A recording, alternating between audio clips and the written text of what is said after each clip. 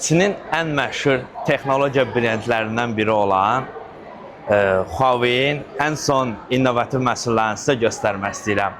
Hal-hazırda Huawei-in rəsmi mağazasındayam. Gördüyünüz kimi burada həm telefonları, həm kompüterləri, həm də maşınları var. Birinci deməli telefonlarından başlamaq istəyirəm. Hal-hazırda gördüyünüz bu Huawei Mate XTS Ultimate Design'dır. Telefona baxın.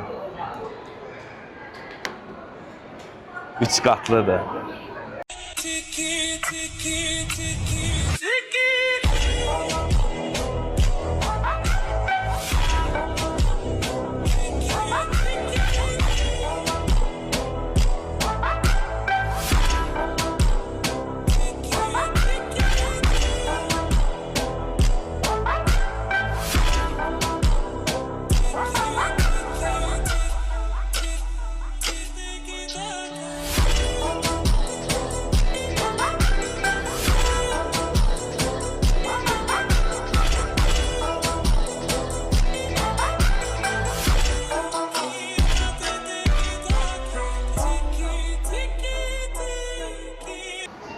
İndi isə sizə kompüterlərini göstərmək istəyirəm. Yanımda elə burada ən sonuncu versiyasıdır.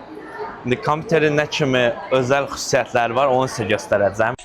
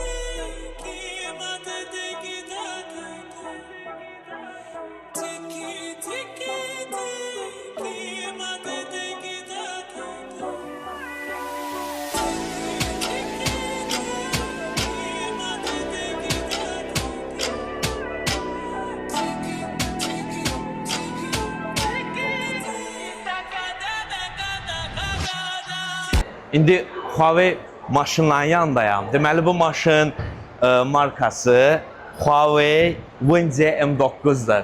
Nə kimi özəlliyi var, onu sizə göstərəcəm. Come with me.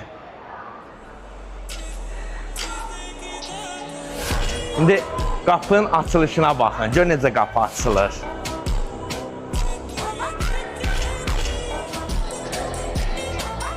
Toxunuşsuz, toxunma yox da. Deməli, maşında əyləşirsə, tormuza basandan sonra qapı özü avtomatik olaraq bağlanır.